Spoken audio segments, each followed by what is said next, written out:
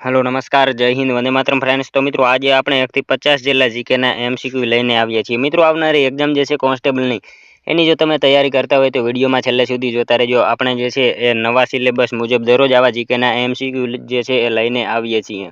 તો મિત્રો તમે ચેનલ ઉપર નવા હોય તો ચેનલને ખાસ સબસ્ક્રાઇબ કરી રાખજો। આપણી ચેનલ ઉપર તમને આવા દરરોજ જીકેના વિડીયો જોવા મળશે। તો ચાલો શરૂ કરીએ। પ્રશ્ન નંબર 1 ભગવાન બુદ્ધના પ્રથમ ઉપદેશને બોધિશાસ્ત્રમાં શું કહેવાય છે? ભગવાન બુદ્ધના પ્રથમ ઉપદેશને જે છે એ બોધિશાસ્ત્રમાં શું કહેવામાં આવે છે? તો શું આવશે અહીંયા રાઈટ આન્સર?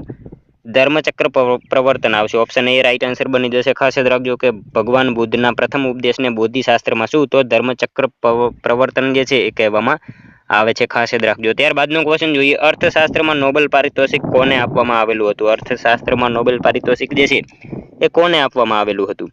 તો શું આવશે? Amartya Sen. Option D right answer બની જશે। ખાસ યાદ રાખજો કે અમર્ત્ય સેન જે છે એમને અર્થશાસ્ત્રમાં નોબેલ પારિતોષિક જે છે એ આપવામાં આવેલું હતું। ખાસ યાદ રાખજો કે 1998માં જે છે એમને નોબેલ પારિતોષિક આપવામાં આવેલું હતું। અહીંયા જે છે એ 1999માં ભારત રત્ન મળ્યું હતું અને 1998માં એમને નોબેલ પારિતોષિક જે છે એ આપવામાં આવેલું હતું। ખાસ યાદ રાખીશું। ત્યારબાદનો ક્વેશ્ચન જોઈએ ત્રીજો। ઉષ્ણકટિબંધની વચ્ચેથી પસાર થતા ગ્રહ્ય પવનોને શું કહે છે? ઉષ્ણકટિબંધની વચ્ચેથી પસાર થતા ગ્રહ્ય પવનો હોય એને શું કહેવામાં આવે છે?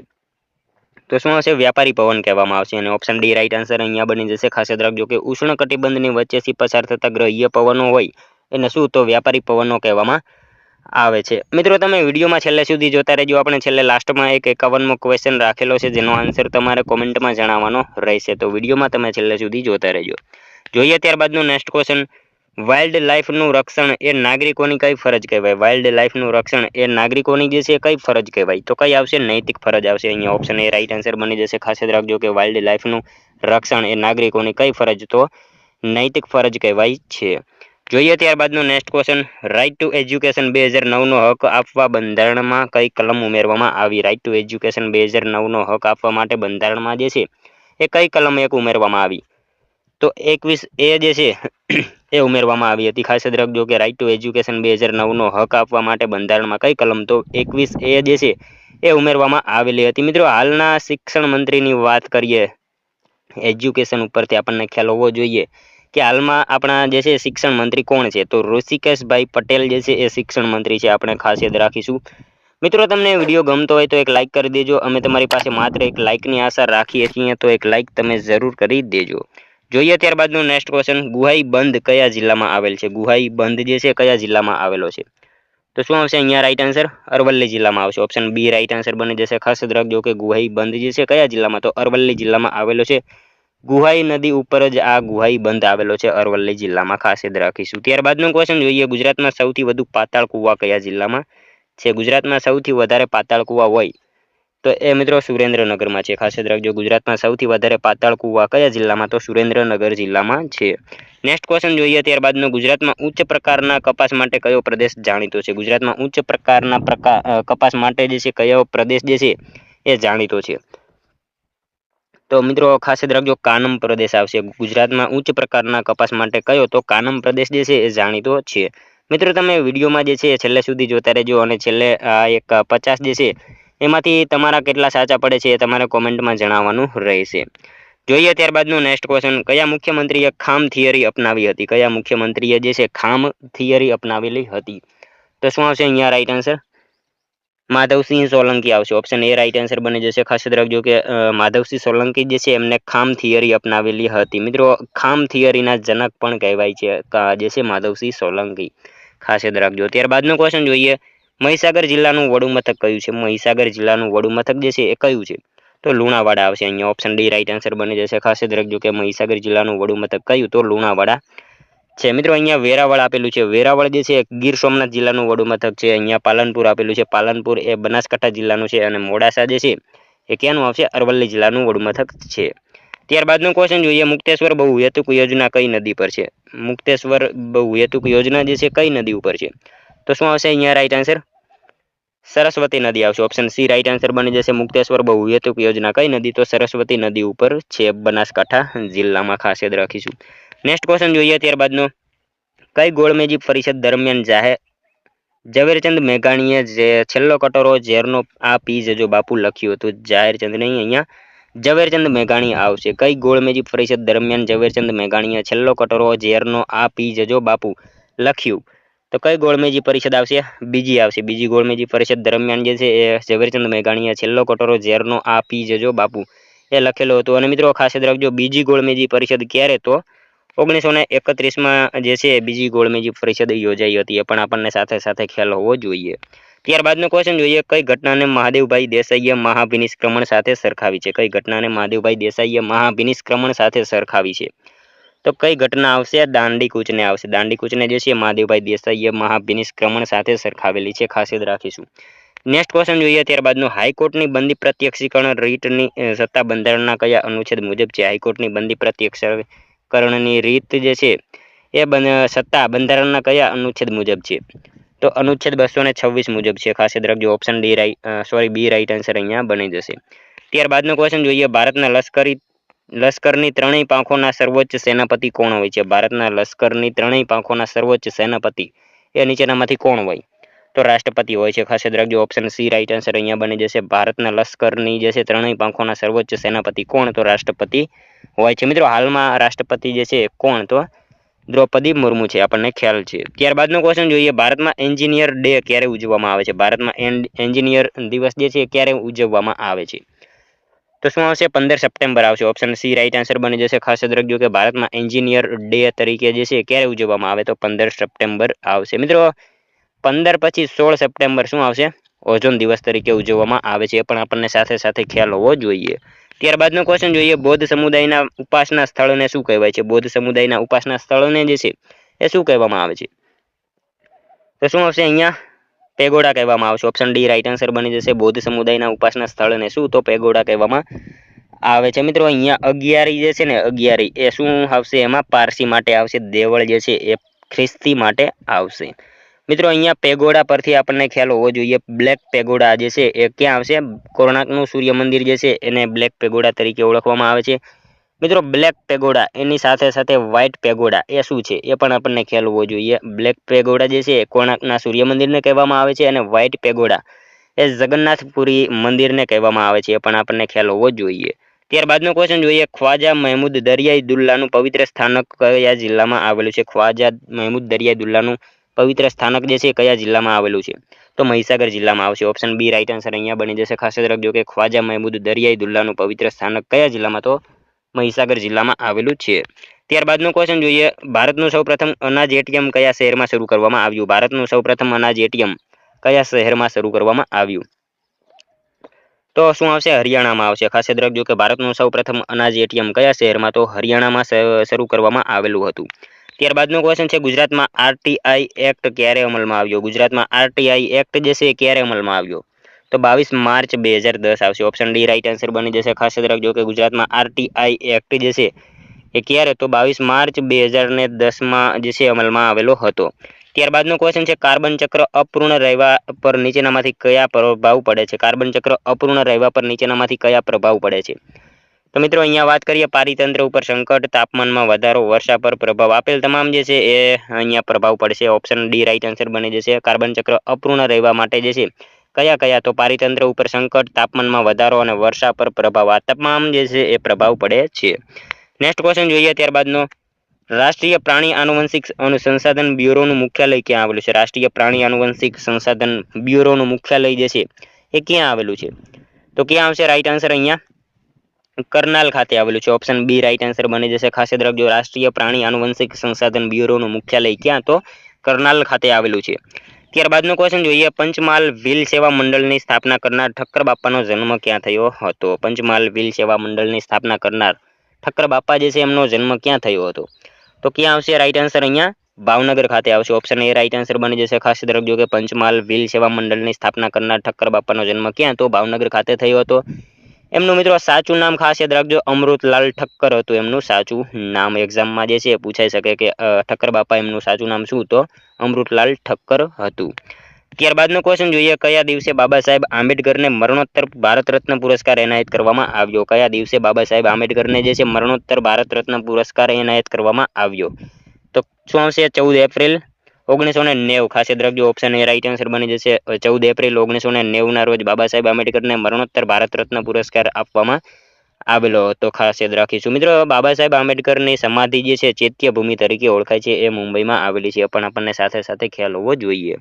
ત્યારબાદનો ક્વેશ્ચન જોઈએ, પોસ્ટ ઓફિસ વાર્તાના લેખક કોણ છે? પોસ્ટ ઓફિસ વાર્તાના લેખક જે છે નીચેનામાંથી કોણ છે? તો શું આવશે? ધૂમકેતુ આવશે. ઓપ્શન સી રાઈટ આન્સર બની જશે. ખાસ યાદ રાખજો કે પોસ્ટ ઓફિસ વાર્તાના લેખક કોણ? તો ધૂમકેતુ છે. મિત્રો આખું નામ એમનું ગૌરીશંકર જોશી, એ પણ આપણને ખ્યાલ હોવો જોઈએ. ભારતમાં મિત્રો અહીંયા પોસ્ટની વાત થઈ છે, તો મિત્રો ભારતમાં જે છે પોસ્ટની શરૂઆત 1854 થી થઈ હતી. ખાસ યાદ રાખજો કે ભારતમાં પોસ્ટની શરૂઆત ક્યારથી? તો 1854 થી થઈ હતી. અને મિત્રો વર્લ્ડ પોસ્ટ ડે ક્યારે આવશે? 9 ઓક્ટોબર આવશે world post day. National post day પૂછાય તો 10 ઓક્ટોબર આવશે. અને 3D પોસ્ટ ઓફિસ ક્યાં આવેલું છે? તો શું આવશે? બેંગ્લોર ખાતે 3D પોસ્ટ ઓફિસ આવેલી છે, પણ આપણને સાથે સાથે ખ્યાલ હોવો જોઈએ.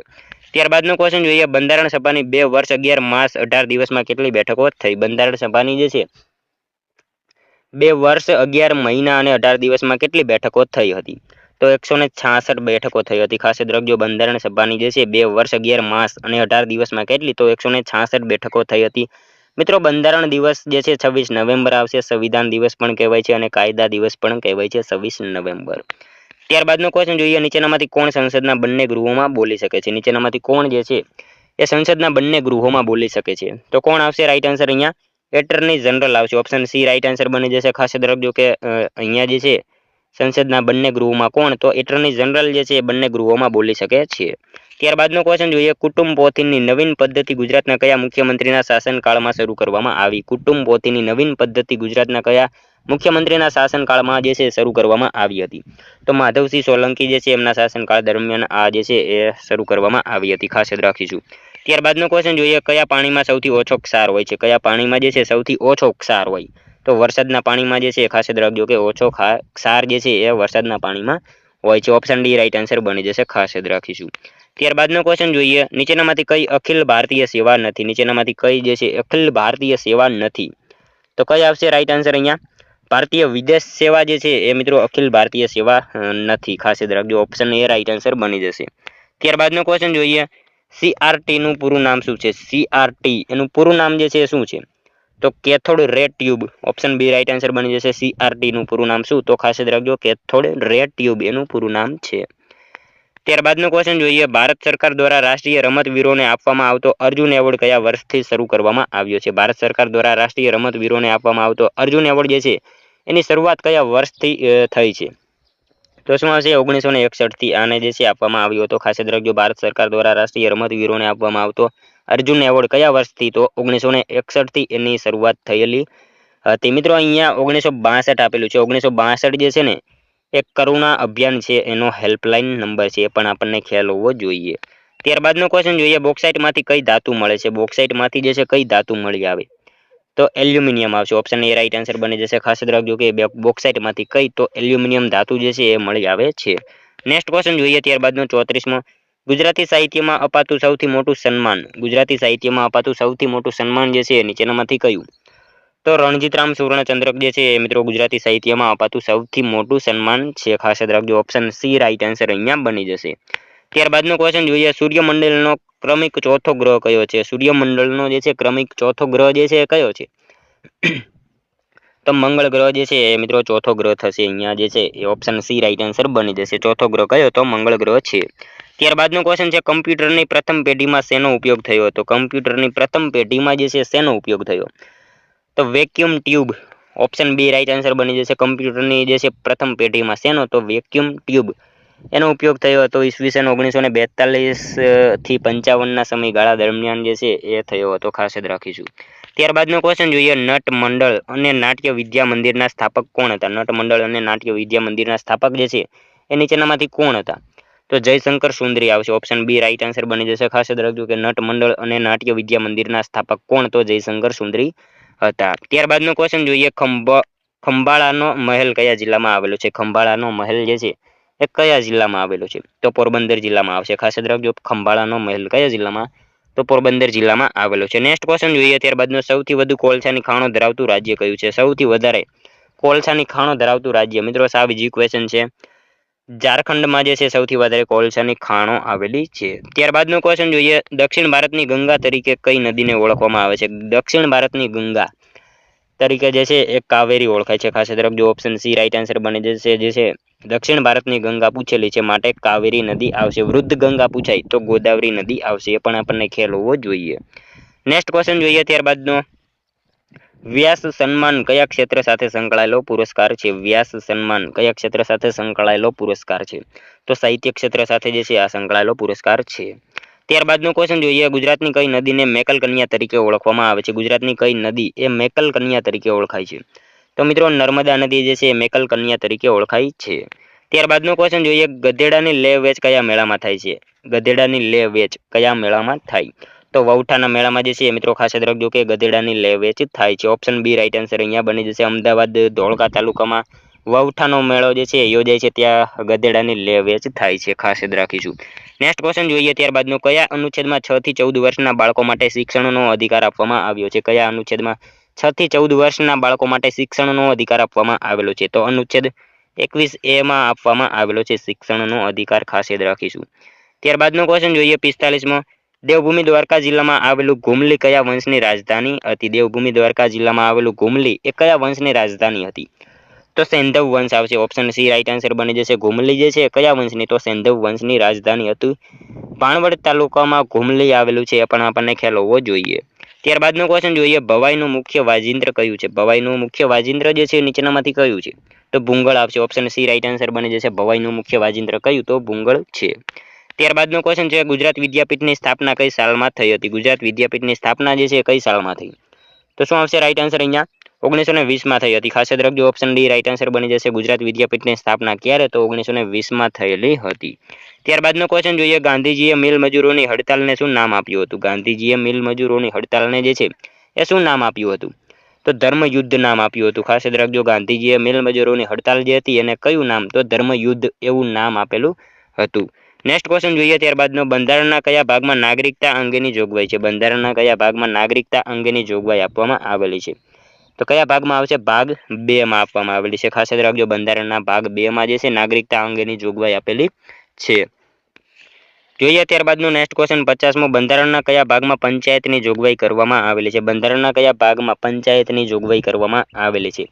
તો મિત્રો પંચાયતની જોગવાઈ જે છે એ ભાગ 9 માં કરવામાં આવેલી છે. ખાસ યાદ રાખજો કે ભાગ 9 માં જે છે એ પંચાયતની જોગવાઈ કરવામાં આવેલી છે. જોઈએ ત્યારબાદનો નેક્સ્ટ ક્વેશ્ચન 51મો, જેનો આન્સર મિત્રો તમારે કોમેન્ટમાં જણાવવાનો રહેશે. દાંડી કુટીર ક્યાં આવેલી છે? દાંડી કુટીર જે છે ક્યાં આવેલી છે? મિત્રો આ સાવ ઈઝી ક્વેશ્ચન છે, જેનો આન્સર તમારે કોમેન્ટમાં જણાવવાનો રહેશે. અહીંયા ઓપ્શન આપેલા છે નવસારી, અમદાવાદ, ભરૂચ, ગાંધીનગર. દાંડી કુટીર જે છે આ 4 જિલ્લામાંથી કયા જિલ્લામાં આવેલી છે? એક તમારે મિત્રો કોમેન્ટમાં આ આન્સર આનો જણાવવાનો રહેશે. તો મિત્રો આ તો વિડીયો તમને જો પસંદ આવ્યો હોય તો એક લાઇક કરજો, તમારા મિત્રો જોડે શેર કરજો, જેથી એમને પણ ઉપયોગી બને. અને મિત્રો આપણી ચેનલ ઉપર નવા હોય તો ચેનલને ખાસ જે છે સબસ્ક્રાઇબ કરી રાખજો. દરરોજ આપણી ચેનલ ઉપર તમને આવા જીકેના વિડીયો સાંજે 7 વાગે જોવા મળશે. અને મિત્રો આ 50માંથી તમારા કેટલા સાચા પડે છે એ પણ તમારે કોમેન્ટમાં જણાવવાનું રહેશે. તો મિત્રો હવે મળશું કાલે બીજા વિડીયોમાં. ત્યાં સુધી જય હિન્દ, વંદે માતરમ.